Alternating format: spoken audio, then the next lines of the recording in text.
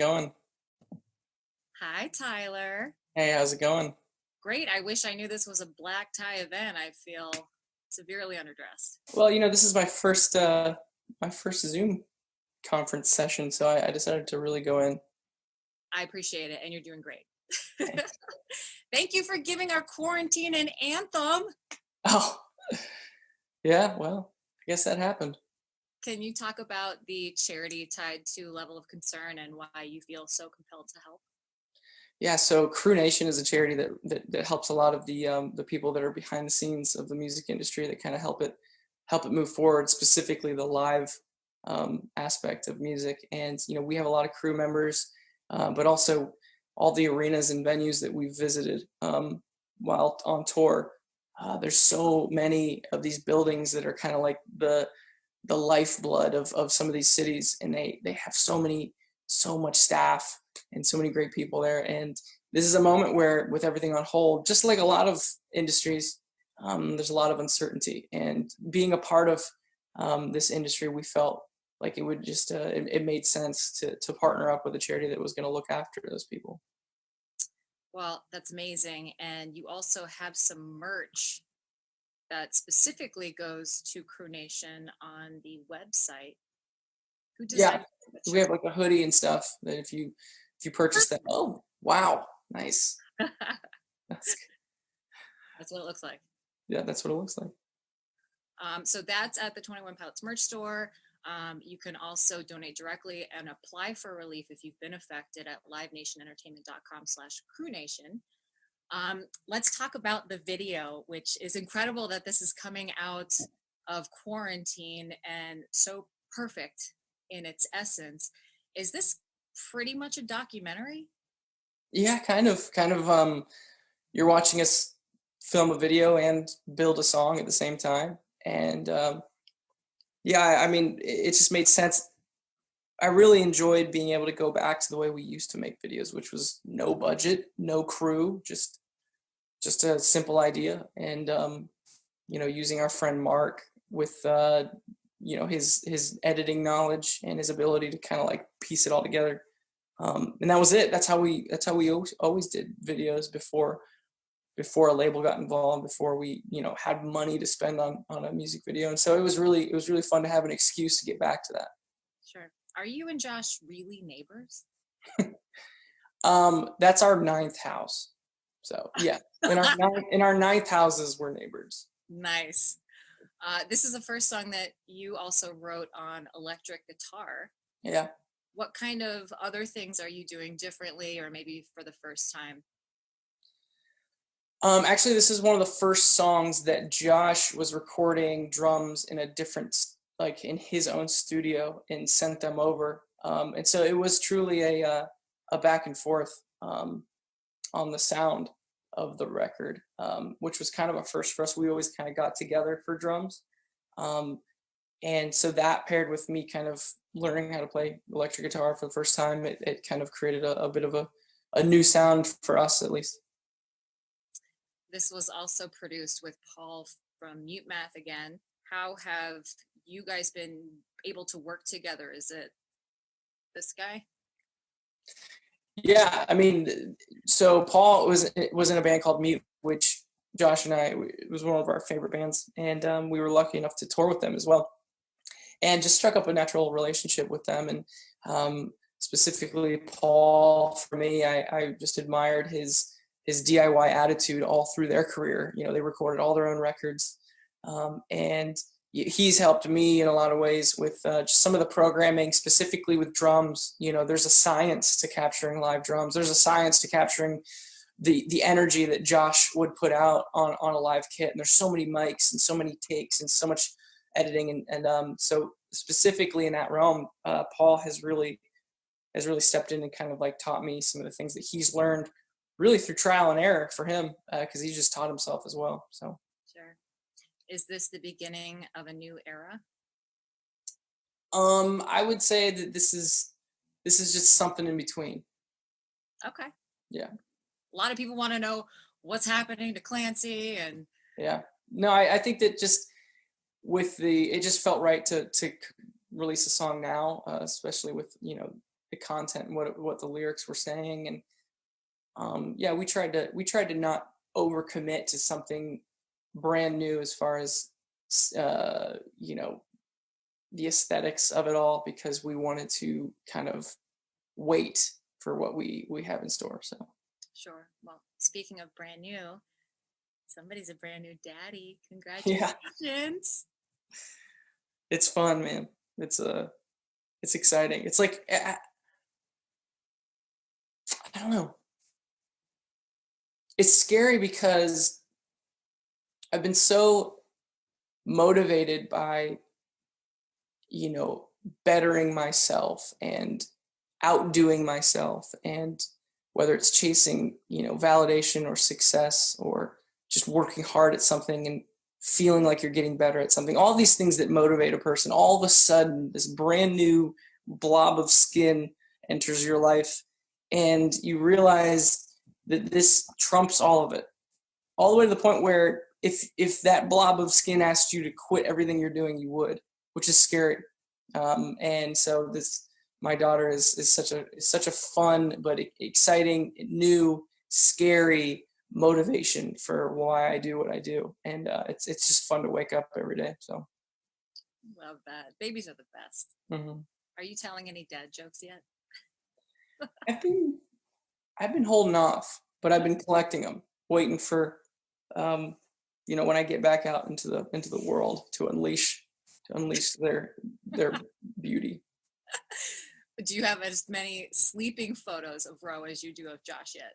It's getting close. It's a lot of years of touring, traveling in a van, sharing hotel rooms with guys. Like, so I think it was a running joke for a while. Josh and I would try to like just capture each other sleeping, which is silly, I guess. But to send that in like a group thread with your guys that you're traveling with, it's I don't know, turned into like a gotcha moment. And so I do have a lot of sleeping photos of Josh, but it's getting close there because I do enjoy staring at my daughter when she's sleeping.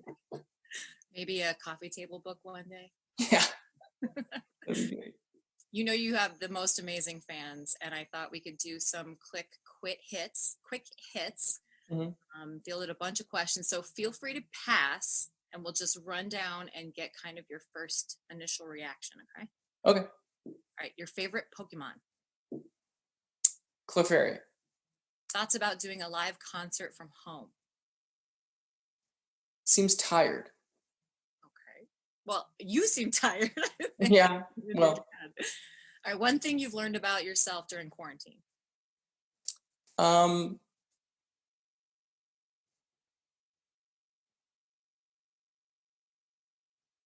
lack of self-control, getting myself to go to bed when my wife is not making me. Gotcha. Have you been cooking at all? No, I don't know how to cook. Okay. Thoughts on Animal Crossing.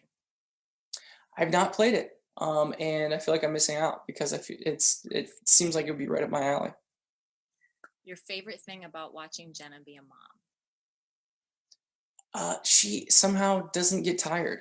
I get excited. When I'm rocking my daughter, I just think of it different. Not that I don't love her as much as my daughter loves her, or as much as my wife loves my daughter, but it's just a different connection where if my daughter's crying and I need to rock her, I will count how many times I rock her. Be like, all right, I'm gonna rock her 500 times, and then if she's not asleep by then, and that's how my brain has always worked. I count my steps. When I run, I count breaths. Like I don't know, I'm kind of weird that way. But my wife just is perpetually giving herself up to this thing, no matter what. And I'm a little more, I don't know, regimented in the way that I'm loving my daughter at this point. So it's fun to watch. It's fun to watch my wife just live this and kind of realize that she was made for this. Do you sing your own songs to Ro? Songs I'm working on. Yeah. Okay. Ooh, so there's a lot more, or Yeah. Oh yeah. I've written a ton of little tiny weird ditties that I sing to her that then I realize, oh, let me grab my phone and record a voice memo real quick because that might actually be something. but a lot of it's nonsense. But yeah, no, always working on stuff. Do you want to give us a little ditty right now? Um,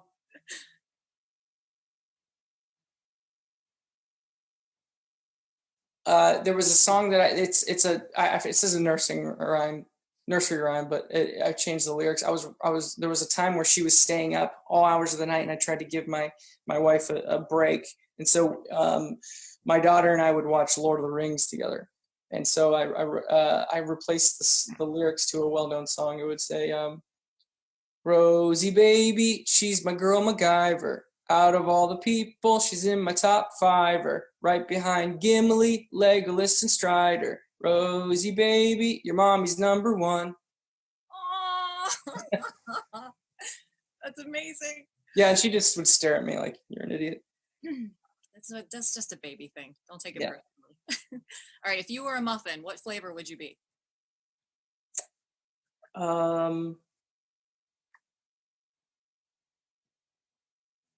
Is there like a burrito flavored muffin? There it definitely is now. Okay. Favorite Mario Kart character?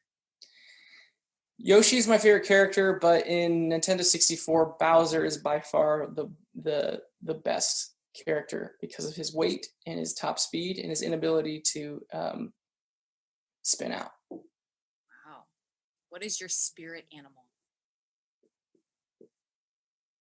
I guess when I was a little kid, I would say cheetah. It was always tied between that and spider monkey. Who is Michael and Julia? I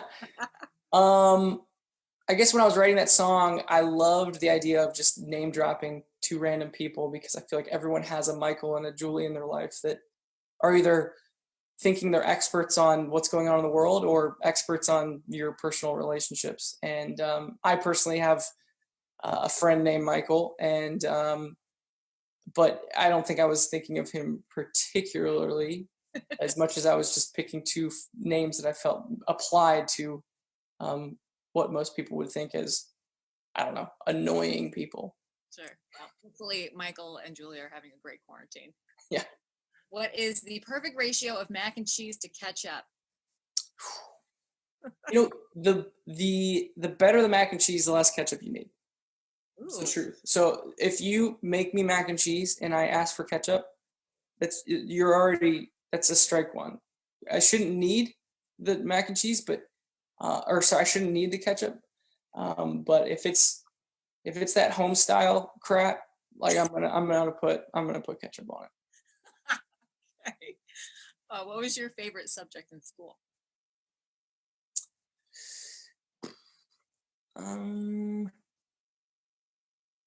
I don't think I've ever been asked that.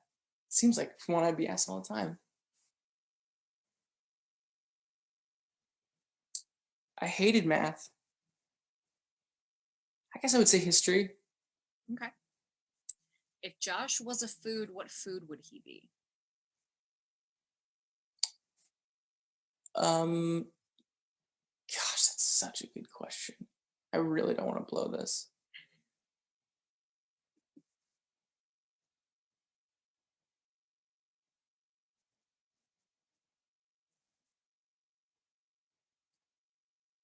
He would be a kiwi, but kiwis have a little fuzz on them, and this guy is just hairless everywhere. So I'm a shaved kiwi. Oh my god. Hashtag shaved kiwi. All right, just a couple more. What was harder, naming Ro or Ned? Ooh, Ned was way easier. I think when you're naming your kid, the way that I've explained it to people is there's so much pressure leading up to it, where before she's born, you're wondering, is this the right name? Is she gonna get made fun of for some reason? Does this there's just a lot of pressure in naming someone. But then when she was born, it was like, oh, yeah, no, that's her name. It's perfect. It connects perfectly. And that's why whenever you ask your parents or someone older about, hey, how did you name your kids? Like, don't you feel like there was a pressure there? They always meet that question with oh no, it was easy, because they remember what it was like to just see that name connect with that person, and it makes sense. They kind of forget there is a natural, I don't know, worry that the name isn't going to work, but that's all resolved once you see the kid. What's your BTS bias? TS buys. The I Josh and I, well, our first place that we ever played music other than our own country was in Asia, and we went to um, Japan and Korea and even to China, and we'll always have an affinity towards the culture. And that was before kind of this whole thing started happening. And to watch it happen, I don't know, it's just exciting for us to watch. So a pass then. Yeah. Gotcha. All right. I know you got to go. Thank you so much for taking some time with us. If you'd like to lead us out with any direct messages to the click, I'd like to give you that opportunity. I mean, obviously, stay safe. And I don't know, I guess I would say that everyone's going through a different version of this. I think it's easy for us to all apply our experience through through all of this and think that everyone's going through the same thing. Some people have a yard and some people don't, and that can be a difference. When you're trapped in a single room, the anxiety starts to pile up, and so just be considerate when we all start making decisions on how best to get back out there, because everyone is going through something different. And the slower we move and the more understanding we are about everyone's differences, the better chance we'll have coming out of this, not having lost any of ourselves. That's amazing. Thank you so much. Also, stream the hell out of Level of Concern, because that's like, it's like a nice little warm blanket. Quarantine Yeah. to cover up with. We can't wait to hear the new stuff.